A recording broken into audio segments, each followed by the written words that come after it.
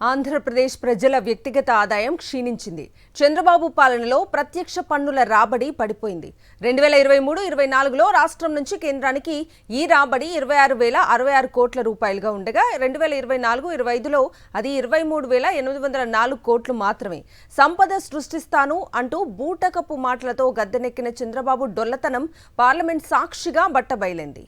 ముఖ్యమంత్రి చంద్రబాబు పాలనలో రాష్ట్ర ప్రజల వ్యక్తిగత ఆదాయం పడిపోయింది.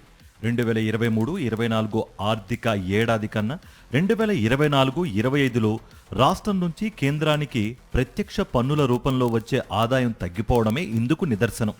బీహార్, పశ్చిమ బెంగాల్తో పాటు వివిధ రాష్ట్రాల నుంచి కేంద్రానికి 2023-24 ఆర్థిక ఏడాది కన్నా 2024-25లో ప్రత్యక్ష పన్నుల రూపంలో వచ్చిన ఆదాయం పెరిగింది.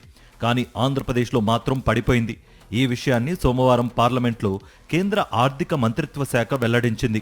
ఆంధ్రప్రదేశ్ నుంచి 2023-24లో ప్రత్యక్ష పన్నుల ద్వారా కేంద్రానికి 26,066 కోట్ల రూపాయల రాబడి వస్తే 2024-25లో అది 23,804 కోట్ల రూపాయలకు పడిపోయింది. అంటే 2,260 కోట్ల రూపాయల రాబడి తగ్గిపోయింది. రాష్ట్ర ప్రజల వ్యక్తిగత ఆదాయం పడిపోవడం వల్లే పన్ను రూపంలో కేంద్రానికి ఏపీ నుంచి రాబడి తగ్గిపోయిందని స్పష్టమవుతోంది. చంద్రబాబు ముఖ్యమంత్రిగా బాధ్యతలు చేపట్టినప్పటి నుంచి రాష్ట్ర అమ్మకం పన్ను రాబడులు అంతకు ముందు ఆర్థిక ఏడాదితో పోలిస్తే ప్రతి నెలా తగ్గుతున్నాయని కాగ్ నివేదికలు స్పష్టం చేస్తున్నాయి. ప్రజల కొనుగోలు శక్తి పడిపోవడం వల్లే అమ్మకం పన్ను రాబడి తగ్గిపోతోంది. ఎన్నికల ముందు ప్రజలకిచ్చిన హామీలను చంద్రబాబు అధికారంలోకి వచ్చాక సంక్షేమ పథకాలను అమలు చేయకపోవడంతో ప్రజల కొనుగోలు శక్తి క్షీణిస్తోంది.